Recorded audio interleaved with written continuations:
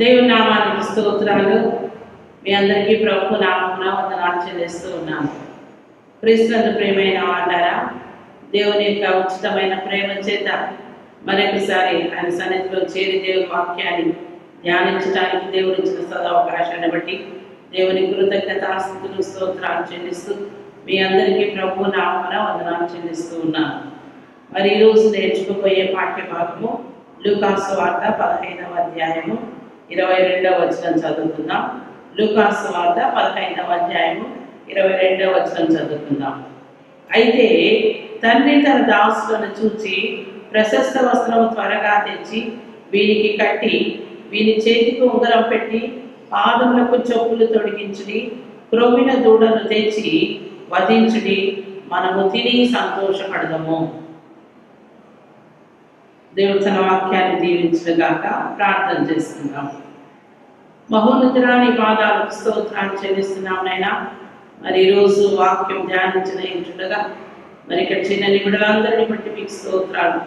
ఎవరైతే వాక్యానికి సమర్పించుకొని ఈ వాక్యం వింటున్నారో వాళ్ళందరినీ మీరు ఆశీర్వదించమని, వాక్యానుగుణంగా మీరే దీవించి కనికరించమని, వాక్యానుగుణంగా జీవించడానికి సహాయం చేయమని చెప్తున్న నీ దాసునాన్ని కూడా జ్ఞాపకం చేసుకోమని మా ప్రభువైన యేసుక్రీస్తు నామమున వేడుకొంచున్నాం తండ్రి. ఆమేన్. క్రీస్తునందు ప్రియమైన వాళ్ళారా, గత వారంలోన గత ఎపిసోడ్లోన మరి దేవుని వాక్యాన్ని ధ్యానించినాము. బాధ్యతాయుతమైన బహుమానాల అంశాన్ని ఆధారం చేసుకొని గత ఎపిసోడ్లోన దేవుడిచ్చే 4 బహుమానాల్లోన 2 బహుమానాన్ని మనము ధ్యానం చేస్తున్నాం. మొదటి బహుమానము ప్రశస్తమైన వస్త్రాలు, 2వ బహుమానము ఉంగరము, 3వ బహుమానము గురించి ఈరోజు నేర్చుకుందాము. 3వ బహుమానం ఏమి అంటే పాదములకు చెప్పులు అనే బహుమానాన్ని జ్ఞాపకం చేస్తున్నాం. చెప్పులు అంటే అందరికీ అయిష్టం. అది మరి ఎవరికి ఇష్టం లేదు, కానీ చాలా ప్రాముఖ్యమైనది. మనం బయటికి వెళ్ళాలంటే చెప్పులు లేదే ఎప్పుడు మనం బయటికి వెళ్ళము. మరి చిన్న వాళ్ళ నుంచి పెద్దవాళ్ళ వరకు వేసుకునే మరి చెప్పులు ఇవి చాలా అవసరమైన విషయాన్ని కూడా మనం జ్ఞాపకం చేసుకోవాలి. ఎంత వీటిని మనం అసహించుకుంటామో అంత అవసరమైన విషయాన్ని జ్ఞాపకం చేస్తున్నాం. ఏది లేకపోయినా, ఏమి ఉన్నా, ఏది లేకపోయినా మనం బయటకు వెళ్తున్నాము అంటే చెప్పులు వేసుకునే మనం బయటికి వెళ్తూ ఉంటాం. అయితే ఒక్కొక్క సందర్భాన్ని బట్టి, కొన్ని పరిస్థితుల్ని బట్టి మరి చెప్పులు మనం వాడుకుంటూ ఉంటాం. మరి చెప్పులు అనేక రకాలుగా ఉంటాయి. సమయాలను బట్టి, వాతావరణాన్ని బట్టి, మరి ఆ యొక్క సందర్భాలను బట్టి మనము చెప్పులను ఉపయోగించుకుంటూ ఉంటాం. మరి బయట వాడుకునే చెప్పులు కొన్ని ఉంటాయి. ఈ దినాల్లో ఇంట్లో కూడా కొన్ని చెప్పులు వాడుకుంటూ ఉంటాం. ఎందుకు అంటే అవి కాపుదలకు సూచనగా ఉన్నాయి, మరి సిద్ధపాటుకు సూచనగా ఉన్నాయి. చెప్పుల్లో 2 ఉన్నాయి, ఒకటి కాపుదల, ఒకటి సిద్ధపాటు. ఈ రెండింటికి సూచనగా ఉన్నాయి. అయితే మరి కాపుదల సిద్ధపాటుగా ఉన్న చెప్పుల్ని పాత నిబంధన గ్రంథంలో మనం గమనిస్తే నిర్గమకాండము 12వ అధ్యాయము 11వ వచనంలో గమనిస్తే మరి చెప్పులు వేసుకొని అనే మాట కనపడుతుంది, చెప్పులు తొడుగుకొని అనే మాట కనపడుతుంది. నిర్గమకాండం 3వ అధ్యాయం 5వ వచనంలో చూస్తే నీ చెప్పులు విడువు అనే మాట కూడా మనకు కనపడుతుంది. అంటే 2 మాటలు, చెప్పులు తొడుక్కుంటాము, చెప్పులు విడిచిపెడతాము. సో 2 మరి చెప్పులకి సూచనగా ఉన్నాయి. 2 ఆధారం. కొన్ని సందర్భాల్లో విడిచిపెట్టాలా, కొన్ని సందర్భాల్లో వేసుకోవాలనే విషయాన్ని జ్ఞాపకం. మరి అపవాదం నుంచి, అపాయాల నుండి తప్పింపబడడానికి చెప్పులు వేసుకోవాలా, మరి పాపం నుండి మరి పరిశుద్ధ స్థలంలోనికి వెళ్ళడానికి చెప్పులు విడిచిపెట్టాలా, అపాయం నుండి తప్పింపబడడానికి చెప్పులు వేసుకోవాలా, పరిశుద్ధ స్థలము దేవుని సన్నిధికి వెళ్ళడానికి చెప్పులు విడవాలా, అంటే పాపాన్ని విడిచిపెట్టాలా, సిద్ధపాటు కలిగి ఉండాలనే విషయాన్ని మనము జ్ఞాపకం చేసుకోవాలి. మరి ఎఫ్ఎస్సి పత్రిక 6వ అధ్యాయంలో మనం గమనిస్తే సిద్ధ మనస్సును జోళ్ళు తొడుగుకొని అనే మాట కనపడుతుంది. సిద్ధ మనస్సు జోళ్ళు తొడుగుకొని మరి సిద్ధ మనస్సు అనే జోళ్ళు అంటే మరి ప్రతి విషయానికి మనము ప్రిపేర్డ్గా ఉండాలి. ప్రిపేర్డ్గా ఉండి మరి మన జోళ్ళు తొడుక్కొని ముందుకు వెళ్ళాలి. అందుకే అక్కడ వ్రాయబడిన మాట సువార్తను ప్రకటించడానికి, ప్రయాణం చేయడానికి, ప్రయాణం చేయడానికి, సంపాదించడానికి, మరి లోకంలోనికి వెళ్ళడానికి ఎల్లప్పుడూ నువ్వు సిద్ధంగా ఉండాలనే విషయాన్ని జ్ఞాపకం చేస్తున్నావు. చెప్పులు అంటే రెండు విషయాలు, మరి వదులుము తొడుక్కును. వదులుము అంటే పాపాన్ని విడిచిపెట్టాలి, పాపరూత జీవితాన్ని విడిచిపెట్టాలా. రెండవదిగా తొడుక్కోవాలి. ఏమంటే మరి సిద్ధంగా ఉండడానికి మనం చెప్పులు తొడుక్కోవాలి. ఎందుకు సిద్ధంగా ఉండాలంటే లోకంలోనికి వెళ్ళడానికి, పాపము నుండి మనం తప్పింపబడడానికి, పాపము నుండి మనము మరి రక్షించుకోవడానికి, అపవాది నుండి తప్పింపబడడానికి, కష్టాల నుంచి నష్టాల నుండి తప్పింపబడడానికి, ముళ్ళ నుండి బురద నుండి, ఇవన్నీ పాపానికి సూచనగా ఉన్నాయి. వాటన్నిటి నుండి తప్పింపబడడానికి మనం చెప్పులు వేసుకోవాల్సిన వారంగా ఉంటున్నాం. మరి అందుకే అక్కడ అంటున్నాడు, పరిశుద్ధ స్థలానికి దేవుని సన్నిధికి రావడానికి పాత జీవితాన్ని, రోత జీవితాన్ని వదిలిపెట్టాలి. అదే రీతిగా దేవుని వాక్యాన్ని ప్రకటించడానికి, దేవుని కొరకు సిద్ధపడడానికి నువ్వు చెప్పులు తొడుక్కోవాలి. అపవాదిని ఎదిరించడానికి నువ్వు చెప్పులు తొడుక్కోవాలి. ఎఫెసీయులకు రాసిన పత్రికలో మనం గమనిస్తే మరి నువ్వు పోరాడునది ఈ లోకనాథులతో కాదు కానీ అనే మాట.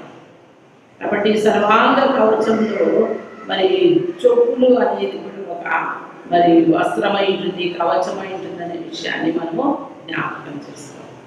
కాబట్టి మరి నిర్గమకాండంలో అంటాడు, నువ్వు వాగ్దానం భూమి ప్రవేశించడానికి, ప్రయాణము వెళ్ళడానికి నువ్వు ముందుగా సిద్ధపడాలి. నడుము కట్టుకొని, జోళ్ళు తొడుక్కొని, చేత కర్రపుచ్చుకొని నిలబడి నువ్వు పస్కా విందును భోంచేసి అప్పుడు చక్కచక్క నువ్వు బయలుదేరి అంటే సిద్ధపాటు గుర్తుగా ఉంది.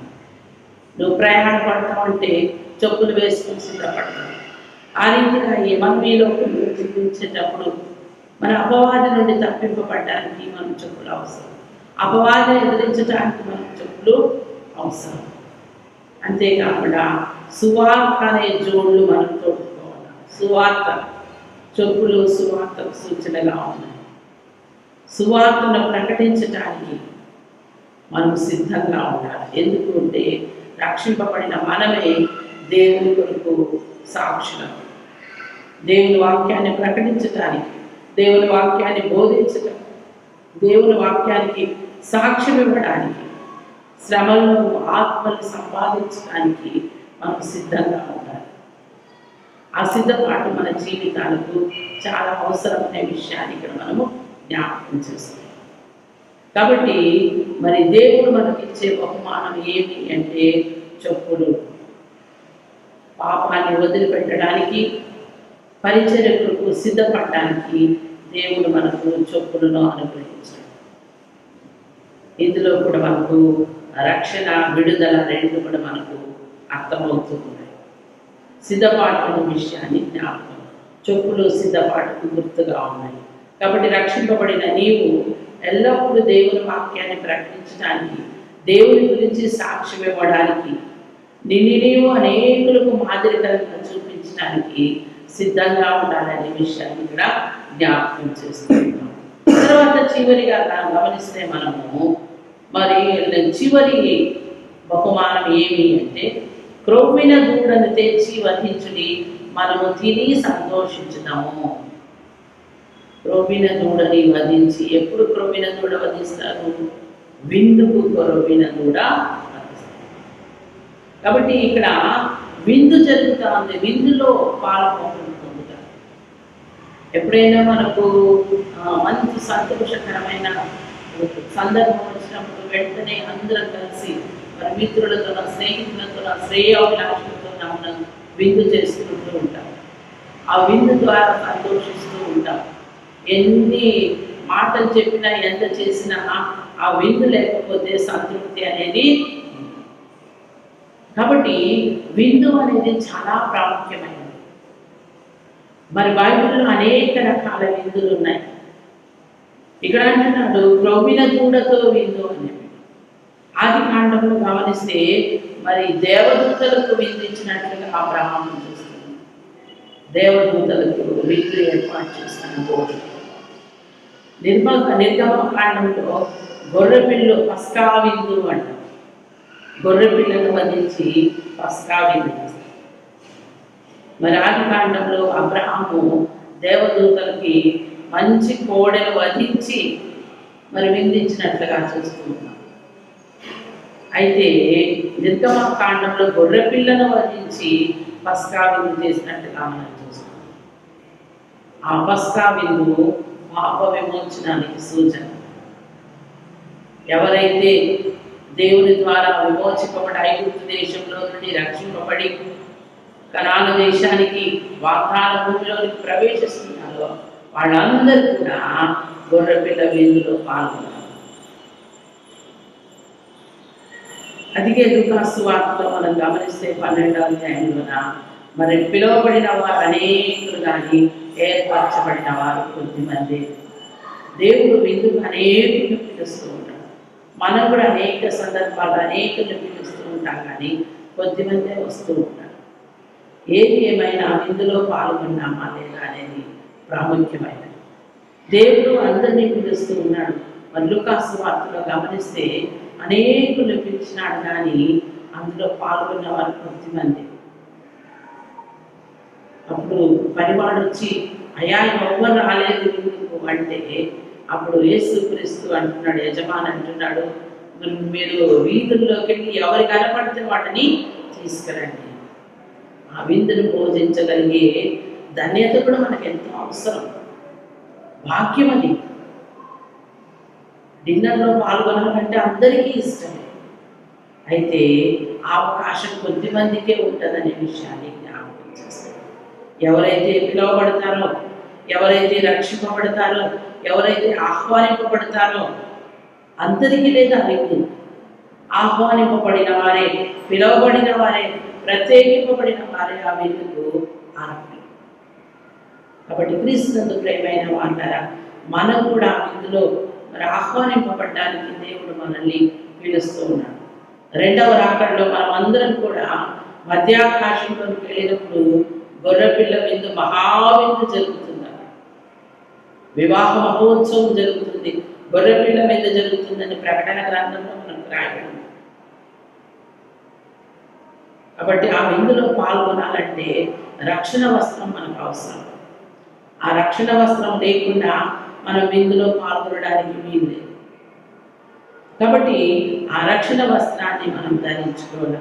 అంతేకాకుండా ఈ దినంలో మనం గమనిస్తే మన దగ్గర కూడా ప్రతి ఆదివారం ప్రతి క్రైస్తవులు కూడా ఆదివారం సంస్కార విందు చేస్తారు. సంస్కార విందు.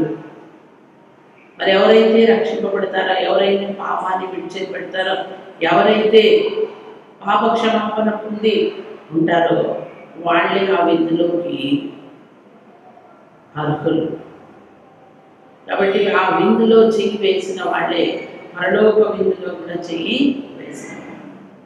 క్రీస్తునందు ప్రియమైన వాళ్ళ, దేవుడు మనల్ని ప్రేమించి ఆ మహావిందులో పాల్గొనడానికి అవకాశం.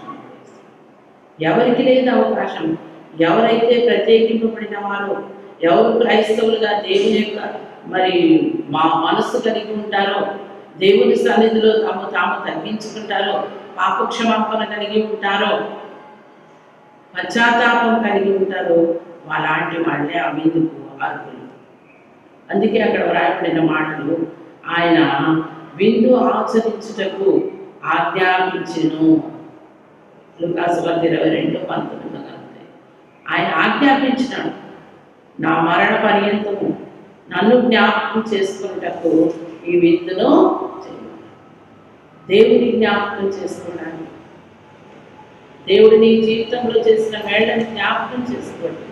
ఈ విందులో మనం ఆహ్వానింపబడి మరి ఆనందించాలని దేవుడు ఆశపడుతుంది.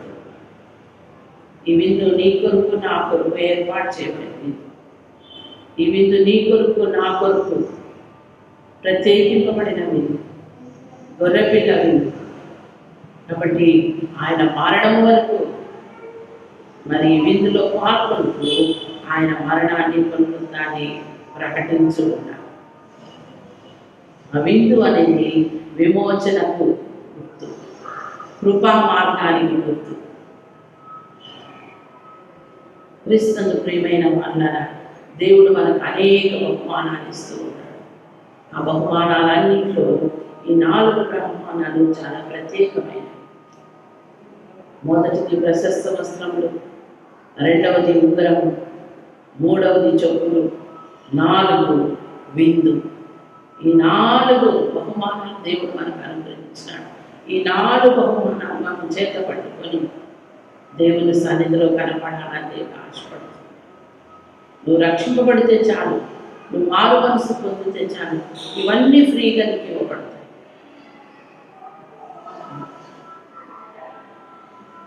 బై 1 గెట్ ఫ్రీ, గెట్ 2 అంటారు. ఆ రీతిగా నువ్వు రక్షణ పొందితే చాలు, ఈ బహుమానాలన్నీ కూడా దేవుడు ఉచితంగా ఇస్తున్నాడు. దేవుడు తన కృపను ఉచితంగా మనకు అనుగ్రహించాడు. కాబట్టి క్రీస్తునందు ప్రియమైన వాళ్ళారా, మనం దేవుని బహుమానాన్ని పొందడానికి, దేవుని సన్నిధికి రావడానికి, బాప్తిసం తీసుకోవడానికి, ఆలయానికి రావడానికి, మరి విందులో పాల్గొనడానికి అనేక సాకులు మనం చెప్తూ ఉంటాం. ఈ సాకులు మనం చెప్తూ ఉంటే మనము సమయాన్ని కోల్పోయిన వారమైతే, ఆశీర్వాదాలను కోల్పోయిన వారైతే. ఈరోజే అనుకూల సమయం, ఇదే రక్షణ దినం. ఒకవేళ నువ్వు ఈరోజు అంగీకరించకపోతే, నువ్వు ఈ రోజులో దేవుని సన్నిధికి రాకపోతే, ఈ భారం ఈ బహుమానాలన్నీ పోగొట్టుకుంటావు. దేవుని రాజ్యంలో నీ స్థానము పోగొట్టుకోగలవు. కాబట్టి ఈరోజే నీ బాధ్యతలన్నీ జ్ఞాపకం చేసుకుంటూ, దేవుడు నీకు ఇచ్చిన జీవితం ద్వారా, నీ జీవితము, నీ కుటుంబము, నీ సంఘము, ఇవన్నిటి ద్వారా దేవుని కొరకు సాక్షిగా జీవిస్తుంది. దేవుని ఎదుట పాపము లేకుండా దేవుని రక్షణను అంగీకరించి, దేవుడు నిన్ను వాగ్దానం చేసి ఉంగరం పెట్టడం ద్వారా నేను ప్రదానం చేస్తున్నాడని ఎరిగి,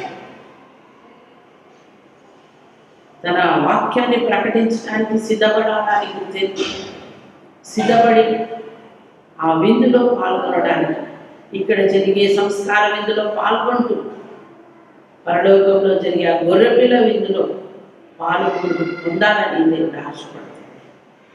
అదే మనకు అంతిమ విందు. కాబట్టి ఈ బహుమానాలను చేత పట్టుకొని ఆయన ఎదుట నిలవగలిగితే, దేవుడు మనల్ని అంగీకరించి తన వధువులుగా, తన బిడ్డలుగా, తన సాక్షులుగా తన విందులో మనల్ని కూర్చోబెట్టి తన కొరకు మనల్ని యుగయుగాలను జీవింపజేస్తాడు. అలాంటి శ్రేష్టమైన బహుమానాలు మీరందరూ పొంది దేవుని కొరకు సాక్షులుగా ఉండాలని దేవుడు మధ్యాకాశంలో వచ్చినప్పుడు ఆ బహుమానాలతో ఆయనను ఎదుర్కోవాలని ఆశపడుతుంది. చిన్న వాక్యాన్ని దేవుడు దీవించి ఆశీర్వదించుగాక. ఆమేన్. ప్రార్థన చేస్తున్నాం. మహోన్నతురాలి పాదాలకు స్తోత్రాలు చెల్లిస్తున్నాం నాయనా. నువ్వు మాకు ఇచ్చిన బహుమానాలను బట్టి మీకు స్తోత్రాలు చెల్లిస్తున్నాం. అన్నాడు తప్పిపోయిన కుమారుడు ఏ రీతిగా తండ్రి తిరిగి వచ్చినప్పుడు కుమారునికి బహుమానాన్ని ఇచ్చి ఇంట్లోకి ఆహ్వానించినాడు, ఆ రీతిగా మీరు కూడా మా పాప జీవితాన్ని, రోత జీవితాన్ని వదిలి, లోకాన్ని వదిలి మీ సన్నిధికి వచ్చినప్పుడు మమ్మల్ని రక్షించి మాకు ఇస్తున్న రక్షణ వస్త్రాలను బట్టి, మాకు ఇస్తున్న ప్రధాన ఉంగరాన్ని బట్టి, మాకు ఇస్తున్న సిద్ధపాటునే జోళ్లను బట్టి, మాకు ఇస్తున్న ఆ పస్కా విందును బట్టి, గొర్రెపిల్ల విందును బట్టి మీకు స్తోత్రాలు చెల్లిస్తూ, వాటన్నింటినీ మేము చేత పట్టుకొని నీతో జీవించడానికి మమ్మల్ని సిద్ధపరచమని ప్రార్థన చేస్తాను. నేను ఎదుర్కోగలిగే భాగ్యం ఒక దయచేయమని ప్రార్థన చేస్తాను.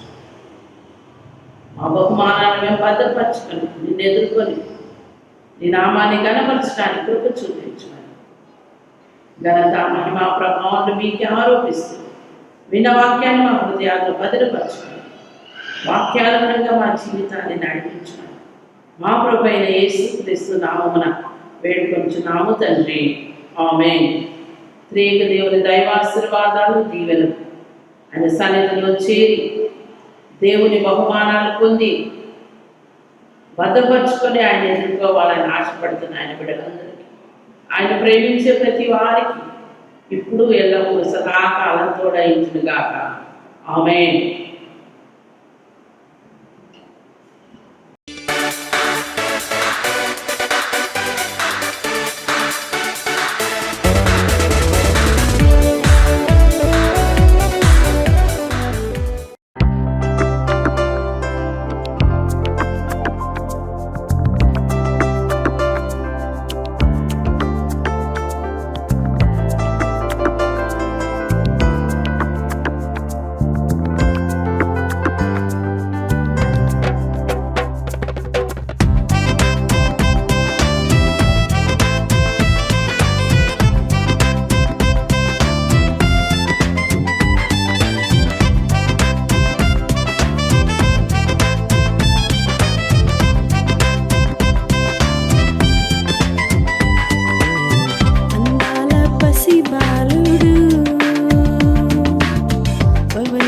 పశుపాకలు అందాల పసిబాలుడు పవలించే పశుపాకలు ఆపుల రక్షింపను భూమిలోకి తెంచెను ఆపుల రక్షింపను భూమిలోకి తెంచెను భూమిలోకి తెంచెను భూమిలోకి తెంచెను అందాల పసిబాలుడు పవలించే పశుపాకలు అందాల పసిబాలుడు పవలించే పశుపాకలు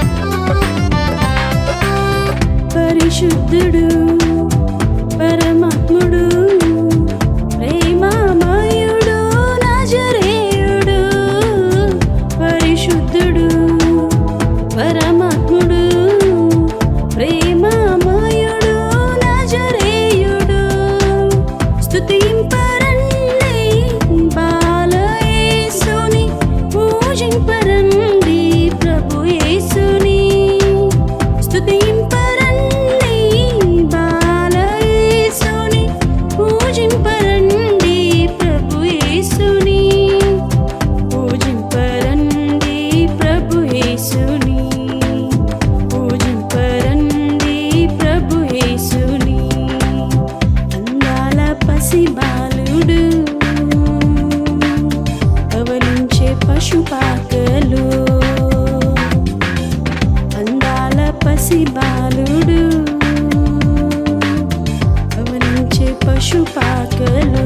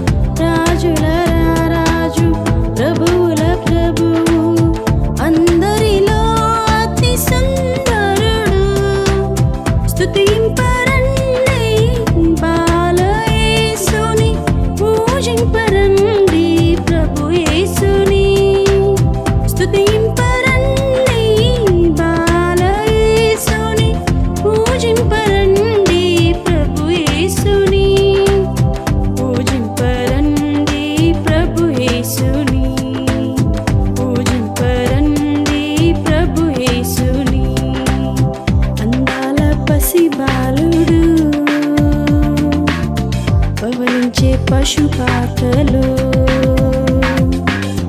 అందాల పసిబాలుడు పవలించే పశుపాకలో పాపుల రక్షింపను భూమిలోకి తెంచెను పాపుల రక్షింపను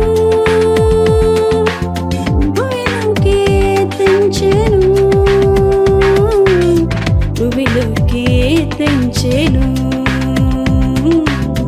భూమిలోకి తెంచెను భూమిలోకి తెంచెను భూమిలోకి తెంచెను